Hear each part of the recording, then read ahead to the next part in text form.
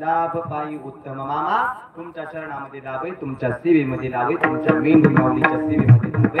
अरे किती सेवेमध्ये लाभे, किती सेवेमध्ये लाभे. मामांनी सांगितले जो माझ्या मेंढी माऊलीची सेवा करेल ना, जो कोणी माझी चाकरी करेल त्याला भाकरीची चिंता करायची गरज नाही. आणि जो कोणी माझी सेवा करेल ना त्याला मेवा दिल्याशिवाय हा बाळू धनगर राहणार नाही. हा शब्द माझ्या बाळूमामाचा आहे. म्हणून तरी मामाची सेवा करा, त्या मामाच्या मेंढी माऊलीची सेवा करा. आणि मेंढी माऊलीची सेवा करताना मामा उदित तळावर का नाही, मी नेहमी अर्धा तास एक तास तळावरचं कीर्तन असले की लवकर येत असतो. कधी असू द्या लवकर येत असतो. पण मागच्या 10-12 दिवसात देवाने माझी लय परीक्षा बघितली. 12वीचा बोर्ड पेपर, सकाळचं कीर्तन, संध्याकाळचं कीर्तन आणि 3 ते 6 बोर्डाचा पेपरचा टायमिंग होता. एवढी गडबड झाली, एवढी गडबड झाली. सकाळचं कीर्तन असा सोडला, कीर्तन संपून बरोबर अर्धा तास अगोदर आलो, पेपर दिला. पेपर दिल्यानंतर कीर्तन होतं 17 नंबर पालखी गावाचं नाव आहे कोळूसपशी, काही भाकरेवाडी म्हणून गाव होतं. आणि कीर्तन करायचं होतं 7 ला चालू, पेपर सुटला 6:10. रोड होता 1.25 तासाचा. किती होता? 1.25 तासाचा.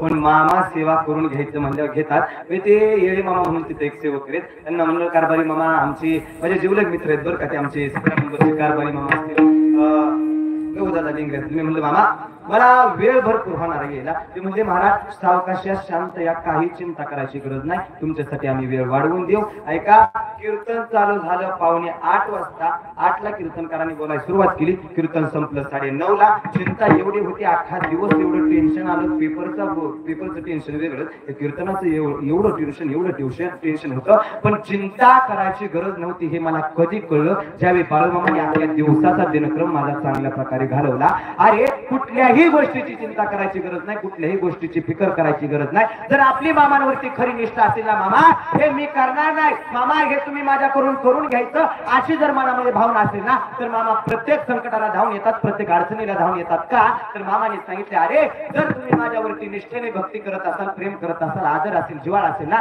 तर तुम्हाला कुठल्याच गोष्टीची कमतरता पडून देणार नाही. हा बाळू धनगराचा शब्द आहे. मामांनी कुठल्याही संकटामध्ये मला कुठलीही चिंता करून दिली नाही, कुठल्याही गोष्टीची अडचण येऊ दिली नाही. हे मी स्वतः जीवनामध्ये अनुभवलं होतं. म्हणून मी तुम्हाला सांगतोय, मामा कुठल्याही गोष्टीची चिंता करू देत नाही. फक्त त्यांच्यावरती निष्ठा, भक्ती, आदर, भाव असणं गरजेचं आहे. मामांची मेंढी माऊलीची सेवा तळावरती मी तासभर लवकर येत असतो. का तर लांबून जर वाघर बघितली ना मामा, एवढा आनंद होतो ना, असं वाटतं कधी मेंढरा